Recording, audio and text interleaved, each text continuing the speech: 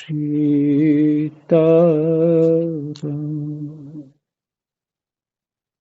जय जय राधे श्याम।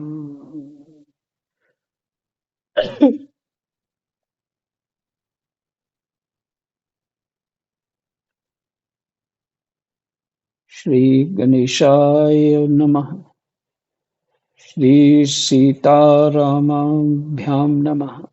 श्री हनुमते नमः। श्री उमापते नमः। श्री गुरुवे नमः। सब संतन की जय जय। जय जय सीताराम राधे श्याम।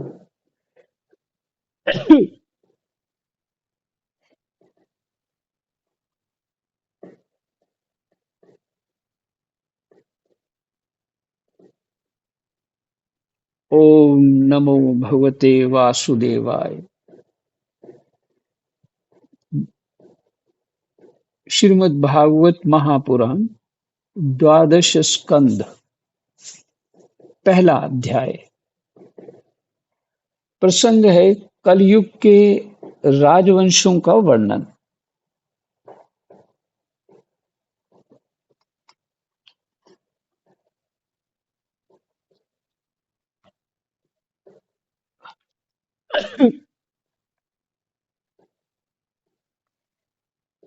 कृष्णाय वासुदेवाय हरये परमात्मने प्रणतः क्लेशनाशाय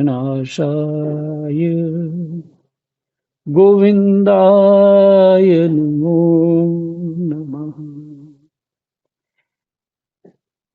राजा परीक्षित ने पूछा, भगवान, यदुवंश शिरोमणि भगवान श्री कृष्ण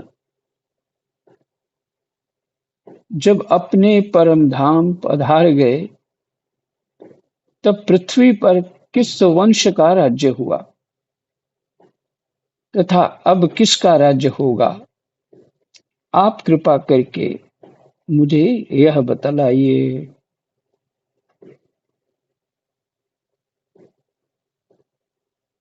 ये भगवान शब्द जो राजा परीक्षित ने कहा, ये श्री सुखदेव जी के लिए कहा। ये प्रश्न किया कि भगवान के जाने के बाद किस वंश का राज्य होगा?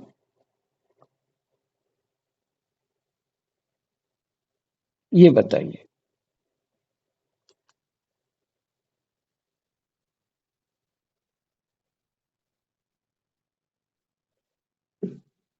श्री सुखदेव जी ने कहा, प्रिय परीक्षित, मैंने तुम्हें 9वें स्कंद में ये बात बतलाई थी कि जरासंध के पिता बृहद्र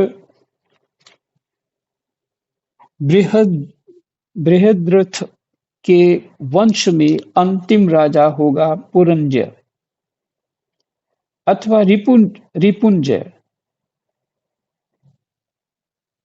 उसके मंत्री का नाम होगा शुनक। वह अपने स्वामी को मार डालेगा।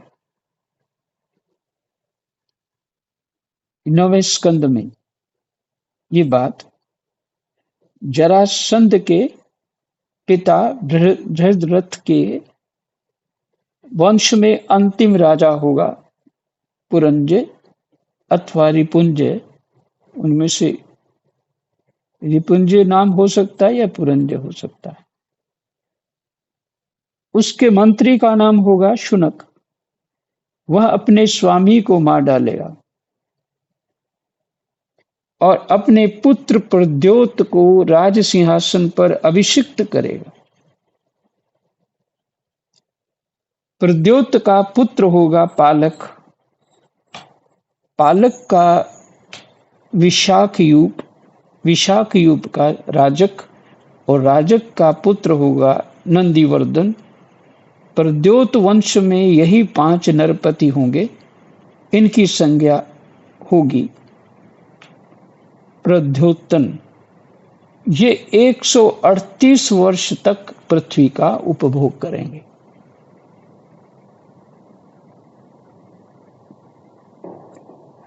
अच्छा, सुखदेव जी त्रिकालदर्शी हैं, ज्योतिष वोतिष सब कुछ ऐसे महापुरुषों को प्राप्त होता है, कोई सीखने नहीं जाना पड़ता। जो इस स्तर के लोग हैं, महापुरुष हैं, उनको कहीं कुछ करने की आवश्यकता ही नहीं है। अच्छा, वो कितने ऊंचे साधक हैं कि उनको वेद व्यास जी पिता प्राप्त हुए, कितने ऊंचे, और फिर ज्ञान से संपन्न ऐसे हैं कि गर्भ में ही ये उनकी कामना है कि मुझे माया ना लग जाए और मैं जन्म नहीं लूंगा, माया लग जाएगी। क्योंकि शरीर जो है बड़ी गंभीर बात है। जैसे मैंने जन्म लिया तो मैं इंद्रियों में पहुंच जाऊंगा और इंद्रियों के सुख दुख वो सब मुझे लग जाएंगे, यही माया है।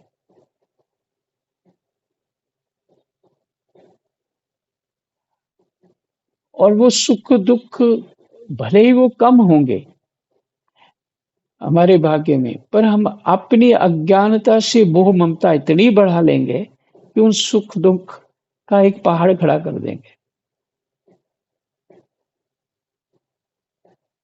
हम तो ऐसे महापुरुष हैं जी। और सुखदेव जी क्या कह रहे हैं कि मैं जन्म ही ना लूं और यही भजन करना ठीक है।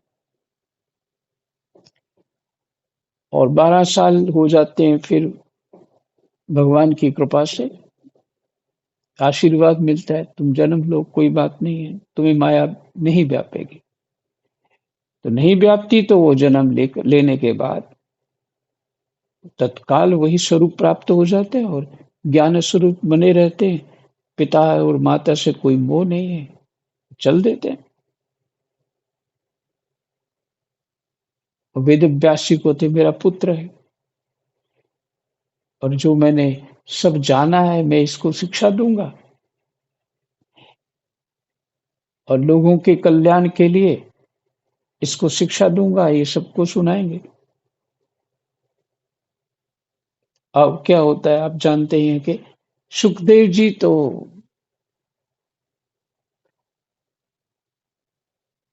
वो निकल आगे आगे जा रहे हैं, पीछे पीछे व्यास जी पुत्र पुत्र करके पुकार रहे हैं और सुखदेव जी को व्यापकता प्राप्त है और संचार हो जाता है कि सभी पेड़ पौधे चारों तरफ से बोलने लग जाते हैं, सुख हम, मैं सुख हूं, मैं सुख हूं, मैं ही सुख हूं, सभी बोल रहे हैं। इस घटना से बहुत कुछ चित्त की बीमारियां ठीक हो जाती हैं, अज्ञानता ठीक हो जाती है। तो विचार करना पड़ेगा तभी। तो ऐसे महापुरुष है सुखदेव जी, तभी तो इतना ऊंचा जन्म प्राप्त हुआ।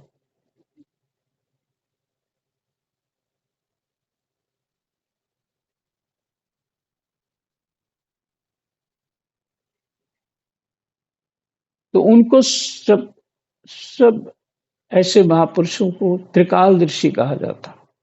भूत भविष्य वर्तमान। शास्त्र कहता है जैसे हथेली पे आंवला रखा हो, तब आगे पीछे सब तरफ से उल्टा पलटा के देख सकते हैं, इसकी लंबाई चौड़ाई, रंग, कहाँ से खराब है क्या है, देख सकते हैं। उसी तरह आप पूरे ब्रह्मांड को देख सकते हैं। ये समर्थ होता है ऐसे महापुरुषों का।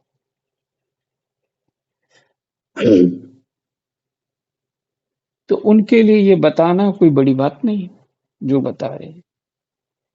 तो कह रहे ये जरासंध के जो वंश में वंश का जो प्रद्योतन संज्ञा होगी उस वंश की, और ये 138 वर्ष तक पृथ्वी का उपभोग करेंगे।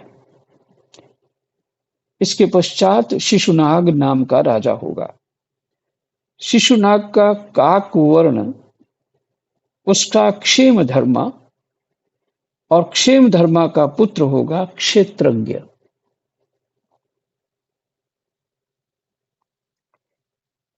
क्षेत्रज्ञ का विधिसार उसका अजात शत्रु, फिर धर्वक, और धर्वक का पुत्र अजय होगा।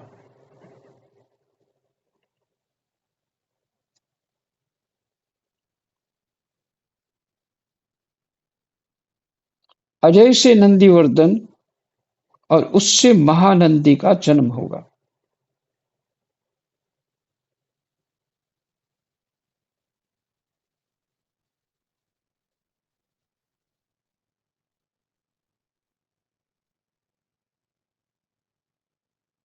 शिशुनाग वंश में शिशुनाग वंश में ये 10 राजा होंगे। ये सब मिलकर कलयुग में 360 वर्ष तक पृथ्वी पर राज्य करेंगे।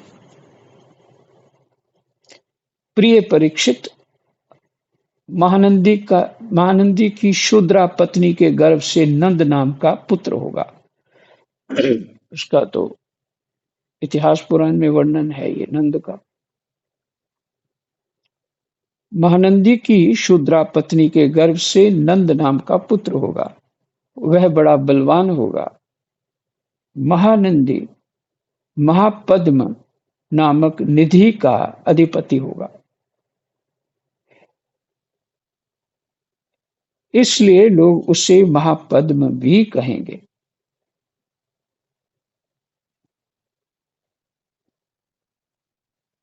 वह क्षत्रिय राजाओं के विनाश का कारण बनेगा। तभी से राजा लोग प्रायः शूद्र और अधार्मिक हो जाएंगे। शूद्र का अर्थ क्या लेते हैं महापुरुष? अधिक बुद्धि में विचार नहीं होता, जो मन में आया वही करने लग जाते।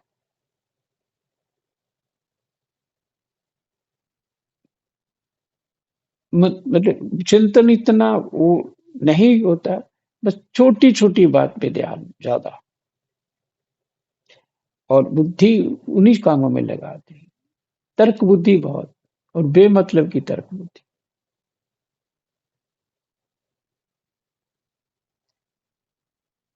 इसलिए कहा तभी से राजा लोग प्रायः शूद्र और अधार्मिक हो जाएंगे।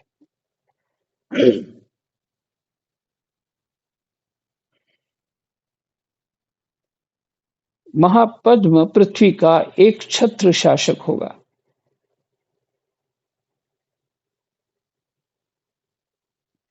उसके शासन का उल्लंघन कोई भी नहीं कर सकेगा।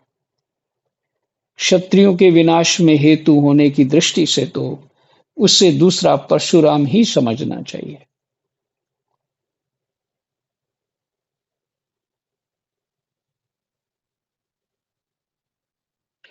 उसके सुमाल्य आदि 8 पुत्र होंगे। वे सभी राजा होंगे और 100 वर्ष तक इस पृथ्वी का उपभोग करेंगे। कौटिल्य, वात्स्यायन तथा चाणक्य के नाम से प्रसिद्ध एक ब्राह्मण विश्वविख्यात नंद और उनके सुमाल्य आदि 8 पुत्रों का नाश कर डालेगा। ये तो सबको घटना पता है, आपने हिस्ट्री में ये सब पढ़ा है। चाणक्य की बात जब आती है, इन्हीं के नाम है। कौटिल्य भी इन्हीं का नाम है, वात्स्यायन भी इनका नाम है। ये मैं विचार कर रहा था कि नंद कौन है पढ़ते हुए। कोई और नंद तो नहीं, पर वो वही निकला, चाणक्य वाला नंद। जिस नंद ने चाणक्य को शिखा से पकड़ के बाहर निकाल दिया, करूप ब्राह्मण है।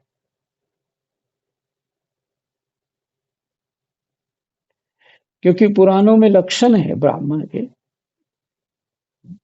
गौर वर्ण होना चाहिए और उससे उन सब के गुण जिस तरह से विस्तार में, पर वेदव्यास जी गौर वर्ण नहीं थे, इसलिए आधी अधूरी कथा का ज्ञान ठीक नहीं रहता।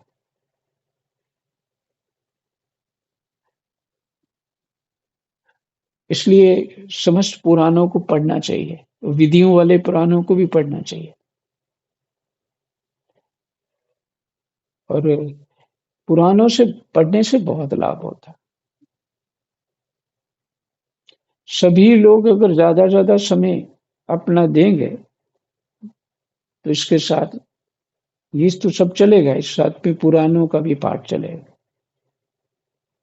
और ज़रूरी नहीं मैं उसको बोलूँ, और कोई बोलेगा तो मैं भी सुनूँगा। और बहुत सारे पुराण रह गए मेरे से, महाभारत के कुछ पर्व मैंने नहीं पढ़े। शांति पर्व तो सुनीता जी से बहुत सुना मैंने, उसी का पाठ करते थे।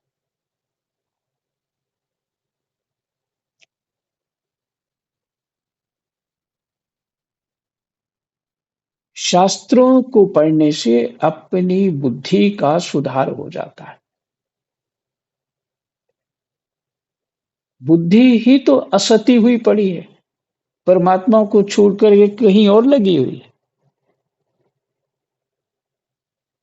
तो चाहे ये सुख, और सुख परमात्मा के मिलन के बिना बुद्धि को हो ही नहीं सकता। तो कहीं और लगी है, तो तभी तो असती कहा गया।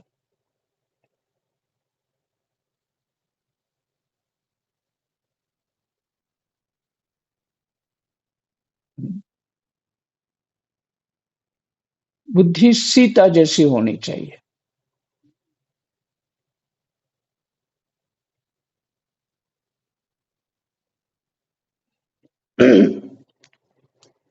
तो क्या पाठ चल रहा था हमारा? ये वही नंद हैं, वही कौटिल्य हैं।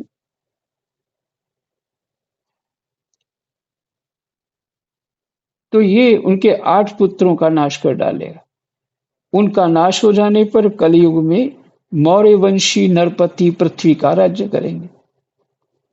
वही ब्राह्मण पहल चंद्रगुप्त मौर्य के राज्य को, राम राम, वही ब्राह्मण पहल चंद्रगुप्त मौर्य को राजा के पद पर अभिषिक्त करेगा। कौन? कौटिल्य ब्राह्मण। चंद्रगुप्त का पुत्र होगा वारिसार, और वारिसार का अशोक वर्धन।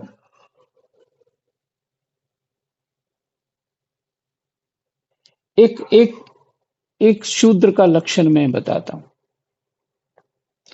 चाहे वो किसी भी जाति का हो, उसको शूद्र ही कहेंगे। क्या लक्षण होता है? थोड़ी सी वस्तु पा करके फूल जाना। मेरे जैसा कौन है? चाहे वो किसी भी जाति का हो।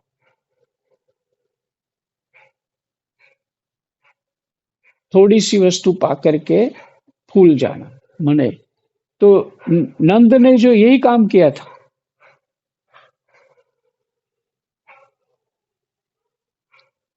इसलिए चाणक्य ने उसका तो वंश ही नाश कर दिया।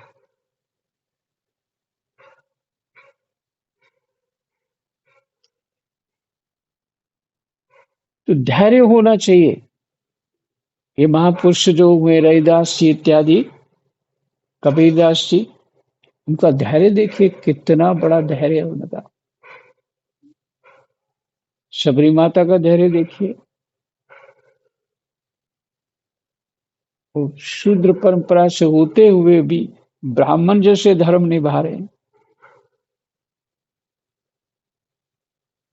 तो जैसा जिस जहां भी कोई खड़ा है, जो कर्म है, हमें उसकी योग्यता के अनुसार उसे फल प्राप्त होता है, चाहे वो कहीं भी खड़ा हो, किसी योनि में खड़ा हो, किसी स्थिति में भी खड़ा हो।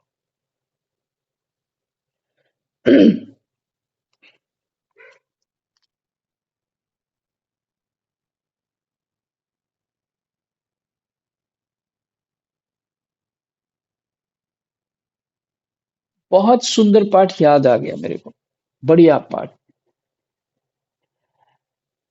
करमेती भाई का प्रसंग।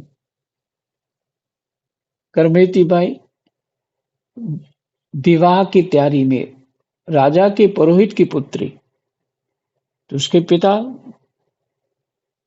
भगवान की महिमा राजा को सुनाते, और भी जो लोग आते सुनाते, उनका ज्ञान से करमेती भाई उसमें वो भी संपन्न हो गई थी, उस विवेक विचार से।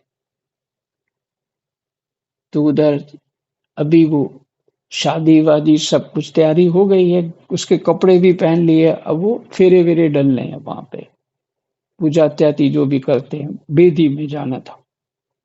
बेदी शब्द मुझे याद है। तो वहाँ बैठना था, तो करमेती बाई को विचार होने लगा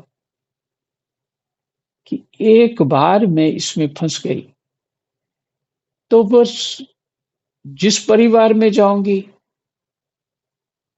उन्हीं लोगों में चित्त मेरा रम जाएगा।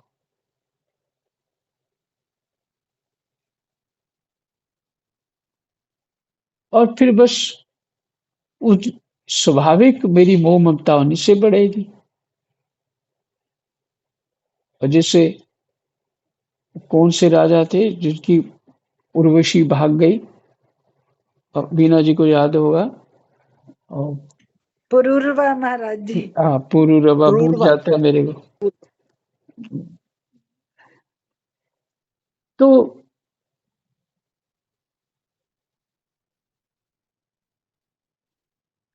ये कुछ बता रहा था, वही बुद्धि से उतर गए। हाँ, Karmeti by. Karmeti Karmeti by Karmeti by विचार करने लगी, वही पुरूरवा। उसने कहा उर्वशी लोक, राजा ने, उर्वशी ने अपना लोक की रचना कर दी, मतलब उर्वशी में ही चित्र हो गया उसका। राजा पुरूरवा, इसका अर्थ ये हुआ कि वो उर्वशी रूप हो गया, उसी में समा गया, उसके ही उसके उसके उससे काम बंधन ही लग रहा था उसके। उसके सारे गुण धर्म में इतना आसक्त हो गया, तो क्या होगा, विवाह करने के बाद तो वहीं तो जाओगे, ऐसा ही होगा ना। तुम धर्म भी मान लोगे, उन सब कर्मों को ये भी कर लोगे, और फिर क्या होगा, बस उसमें रम गए। वो नया लोक की तैयारी हमने कर ली, और चित्त हमारा वैसा हो गया, जो संतान उत्पन्न की उसमें लग गए। अब उनके चिंतन ये कर रहे हैं कि इसको ऐसा हो जाए, वैसा हो जाए, तब मुझे शांति आएगी।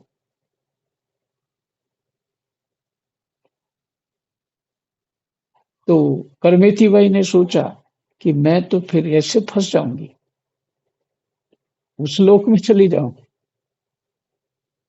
तो अभी मौका है, जा तू इधर हो जा, चाहे उधर हो जा।